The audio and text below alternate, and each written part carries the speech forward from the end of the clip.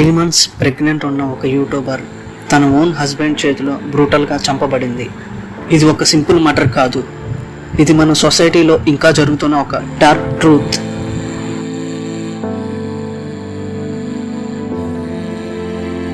తెలంగాణలో జరిగిన ఈ వైష్ణవి కేసు చాలా మందిని షాక్కి గురిచేసింది.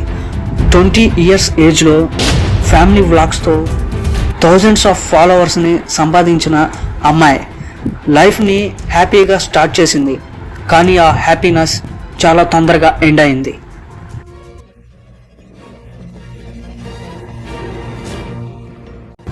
వైష్ణవి ఒక సింపుల్ మిడిల్ క్లాస్ ఫ్యామిలీ నుండి వచ్చింది. యూట్యూబ్లో తన daily life, family moments share చేస్తుంది.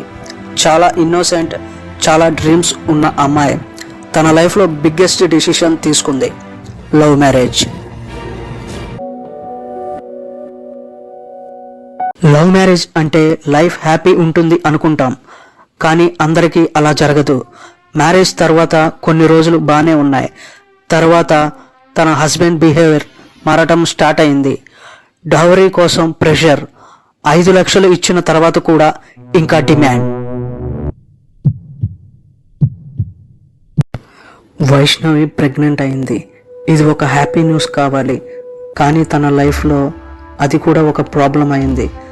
ప్రెగ్నెంట్ ఉన్న అమ్మాయిని ప్రొటెక్ట్ చేయాలి, కానీ ఇక్కడ హెరాస్మెంట్ ఇంకా పెరిగింది.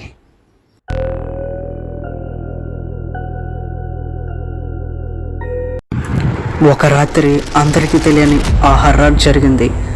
నిద్రలో ఉన్న వైష్ణవిని తన ఓన్ హస్బెండ్ నైఫ్తో అటాక్ చేశాడు. అది ఒక మర్డర్ కాదు, అది ఒక నమ్మక ద్రోహం. మర్డర్ తర్వాత ఎస్కేప్ అవడానికి ట్రై చేశాడు, కానీ భయం వల్ల పోలీసులకి లొంగిపోయాడు. కానీ ఒక్కసారి పోయిన లైఫ్ మళ్ళీ తిరిగి రాదు. వైష్ణవి మాత్రమే కాదు, ఇంకా తన కడుపులో ఉన్న పసి బేబీ కూడా చనిపోయింది. 2026లో కూడా డౌరీ అనే ఈ ఈవిల్ సొసైటీలో మనం బతుకుతున్నాం.